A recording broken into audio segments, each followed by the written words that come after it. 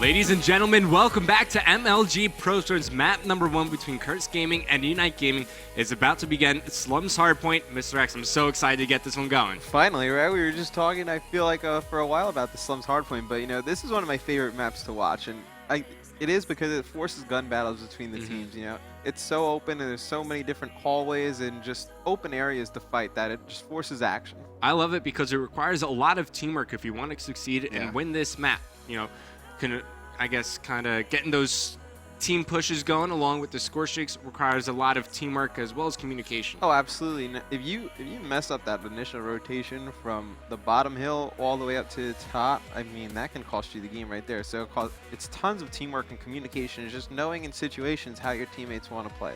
And here we go. The countdown has begun. The map is loading. We're getting right into this one. And Mr. Dex, guess who I want to look at first? Killa? Yes. I was right. Killa or Miracles, one of the two. I would have said yes if you were guessing either one. Yeah. I figured either one of the two. Let's watch Killa though. I want to see him with that AN94. If he's using the AN, maybe you might want to start out with the Scorpion, but we'll see what he decides to do. I see that Miracles is going to be using an MSMC, but what is Killa? He does have the AN94 out, and he's actually using 3 attachments on this as well.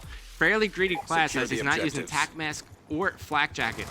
Yeah, you know, it seems like Curse doesn't have their classes right or something, but you know, we see this out of UNiTE a lot. They run extremely greedy classes with 3 attachments, maybe 1 or 2 trophy systems from their anchor, and really no tacticals or frags. We see them switch it up halfway through the game sometimes, but most of the times they run these extremely greedy classes, and it works out for them because the other teams are mostly running tacticals and trophy systems.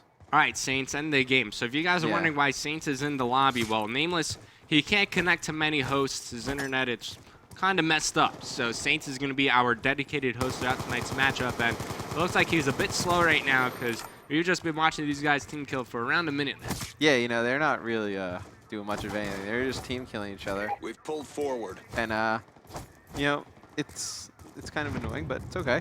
Yeah, Saints, it'd be great if you could end the game now because we want to get this one restarted, but nonetheless, UNiTE, they got 2 points already. Yeah, and I got a kill. You got to kill. Oh, man, you're spawning and I'm spawning too. I'm trying to get points. Streaks. You are done for. Let's use this part. But on this first hill, you know, from where UNiTE Holy mess with my setting. For UNiTE spawning all the way at the bottom. Oh, Holy plays 3, man? Yeah, I don't know how you can play 3. The thing, like, doesn't move. When you have the bottom control, if you get those first initial kills, you can spawn them out so far, pretty much all the way to their initial spawn.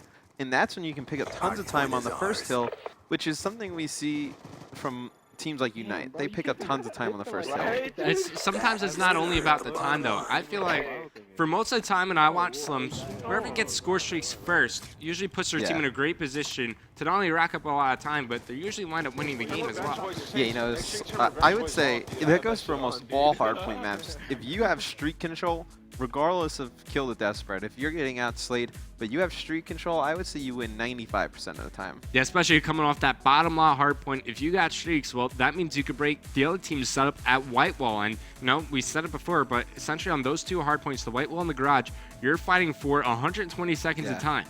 That's a lot of points. That's a lot of time. And I see it so many times where a team they'll give up streaks on the first hill, and then they'll still hold spawn, and they'll go bottom, take time there, and the other team says, oh, well, you know, let's just rotate early and go over to white wall and garage.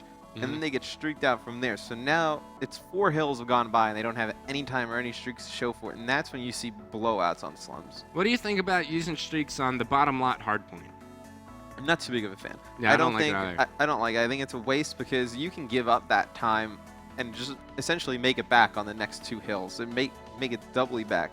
And I always like saving those streaks for emergency situations. You know, we see it so many times where players will get those streaks and they'll call them in right away, and then they have no time to show for it. Yeah, I completely agree. I personally don't like when teams use the score streaks on the bottom lot hardpoint because, you know, when you use those streaks, generally there's only around 45 seconds remaining. Why would you waste or use a lightning strike for those 40 remaining seconds when you could use them to fight for, you know, at least 80, 100 on the next 2 hardpoints? And a lot of times we see they'll use a Hellstorm on that bottom hill, and they'll kill maybe 1 guy, 2 guys, and he still spawns there. Or even worse, he'll spawn garage, so he'll give them the spawn for the white wall, and then they still don't get any time.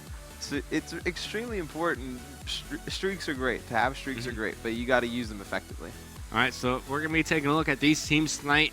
In terms of overall teamwork, I feel like, you know, as the game has evolved, people have started to realize, hey, it's all about teamwork. Whoever has the best teamwork at the end of the day, they're going to win the game. What does teamwork do? Teamwork, it allows you to push the hills as a team, break out those setups, take control. Working as a unit, I mean, if you're always going to try to fight for individual plays around the map, you're not going to win. Yeah. I figured you were going to say teamwork makes dreams work. But oh, yeah. That's a good explanation of what teammwork does, though. All right, so let's kick things off with Killy. He's on your screen now, and it looks like that's going to be Parasite getting first blood on his former teammate Miracles. But Kill with this AN94, he's not really looking to put pressure onto the hardpoint. He's more focused on holding the positions on the outside of the hardpoint to protect the guy inside. Yeah, he's looking more to just put pressure on the hardpoint and be able to lock it down at long range, but also in an emergency to be able to hold it down in case he's the only one left in there. You know, he runs that AN94 so aggressively with that extreme conditioning class. And take a look at this Parasite. He's got an assault rifle out as well, but he's using double trophies along with the fast hands class. And I'm not really a big fan of the fast hands perk either, but we're seeing it used more and more often. No, we were seeing it used a long time ago. People thought it was extremely effective, and then I don't even think it made it to the next event when they were using it. So you it's see it, I interesting guess, to see more it come used in back. the 8s. Yeah, we see it used a lot in 8s, and it's extremely interesting to see Parasite running, especially with no dexterity. It's extremely risky play.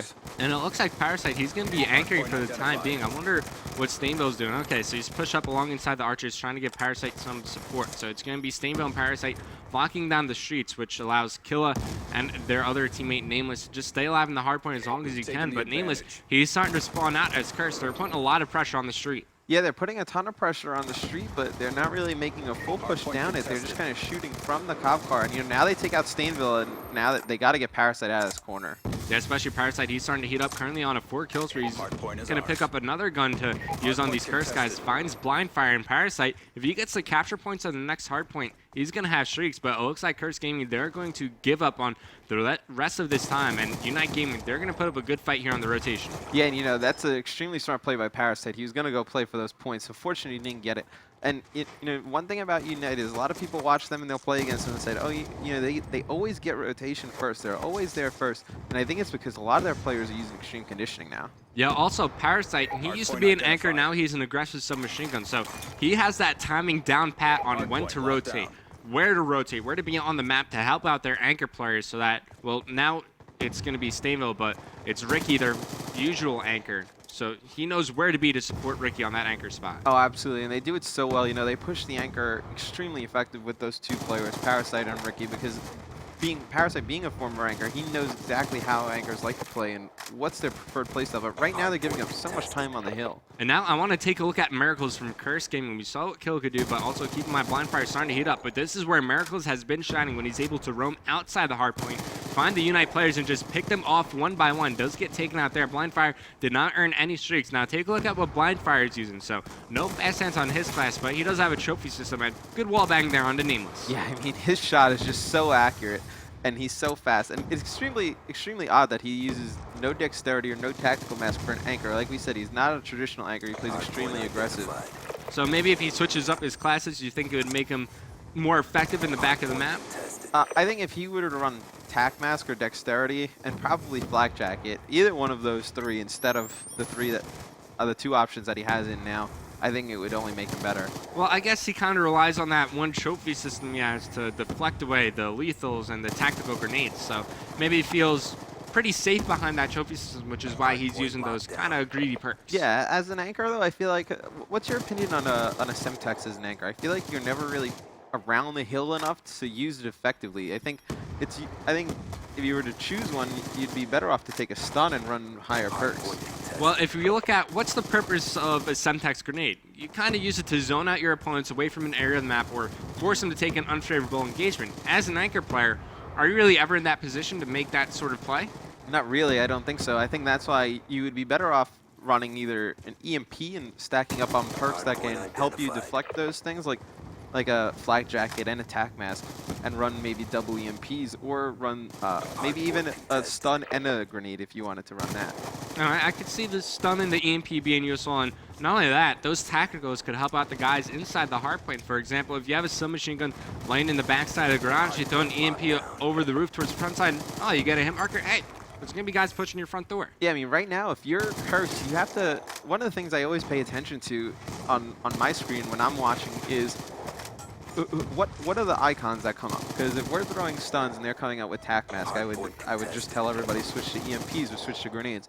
And right now, if you were to cycle through the UNiTE players' screens, none of them are using tac mask. So it's something that Curse should probably start to pick up on, that they're not using it. Yes, Danville is the only person with some, I guess, counter perks. He's got hardwired as well as tac mask on. So he's the only person, but that's 3 other guys that could be exploited by the use of some tactical grenades. And, you know, that's the benefit of having a coach in the lobby. UNiTE Gaming, if I know Triple H, he's on top of his game. He's been doing a lot of research lately. So if he is kind of watching the game, you know, granted, he's online, so he can only see one player's screen at a time. And he's like, hey, you know, you guys only got one person with tac mask on. If they start spamming stuns, you better be ready to switch up classes. Yeah, you know, that's one thing that I don't see a lot of teams do against UNiTE. A lot of teams are watching them and they say, you know, how are they so aggressive? How are they still in our faces? A lot of them are using just extreme conditioning and three detachments on their gun. This is something we saw at the beginning of the game. That's how it was played.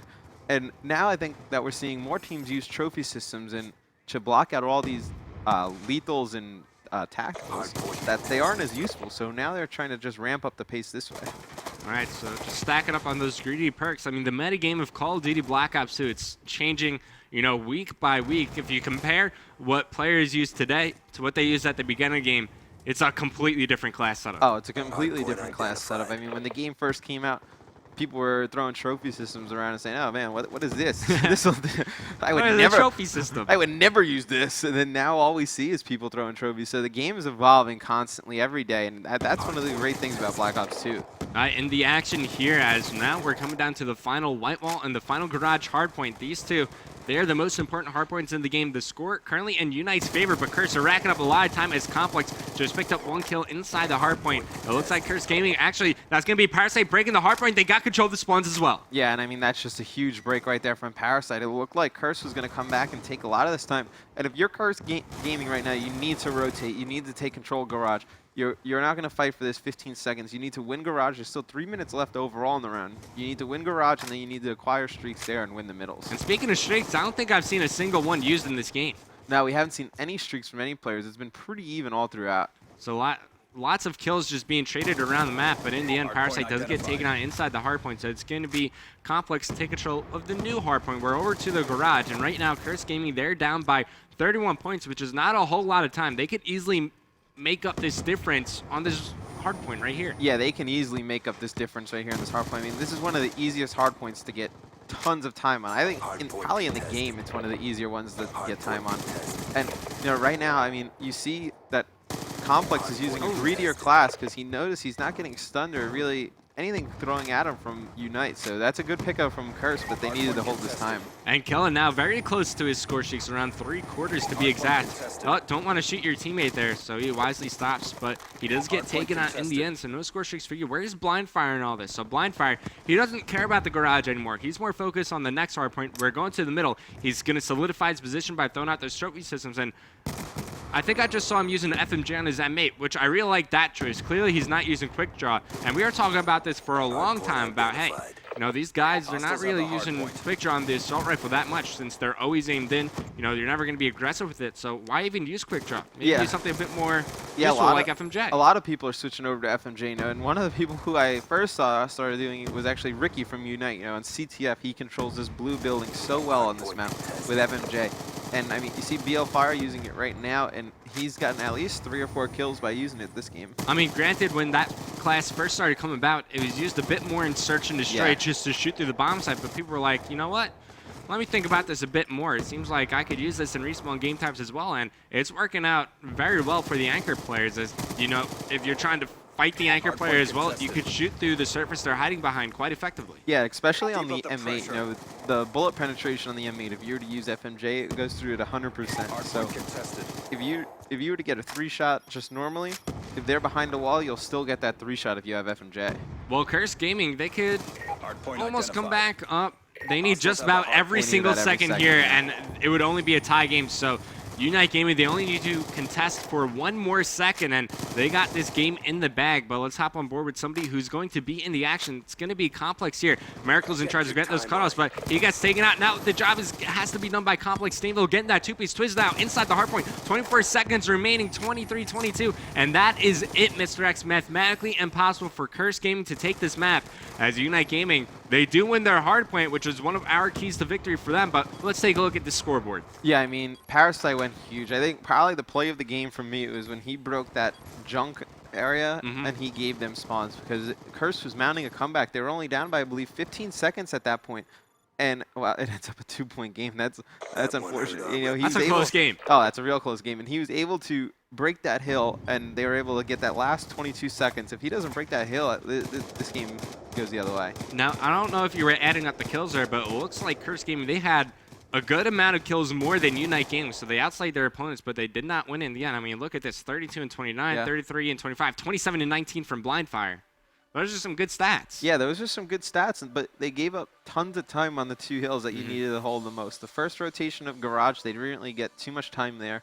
And then they gave up the last, I would say, about 35 seconds of White Wall, and that ended up costing the game. Yeah, so a lot of times you'll see that whoever has the most kills, you know, they're going to be in a good position to win, but it doesn't matter at the end of the game if you're not doing work inside the hard point. No, you need to do that work inside the hard point. Like we say all the time, it comes down to those captures and defends and those meaningful kills inside the hard point. And right there, I mean, we saw Parasite break those hills pretty easily. We saw Killa do a good job of it too, and that was the difference between the game. All right, so after map number 1, UNiTE Gaming, they win that one, so obviously they have the lead in the series. Coming up next, it's going to be Search and Destroy on standoff. Who's going to take it? Hashtag UNiTE for UNiTE Gaming or hashtag Curse for Curse Gaming. We're going to a quick commercial break, but when we come back, map number 2 in tonight's Pro Scrim.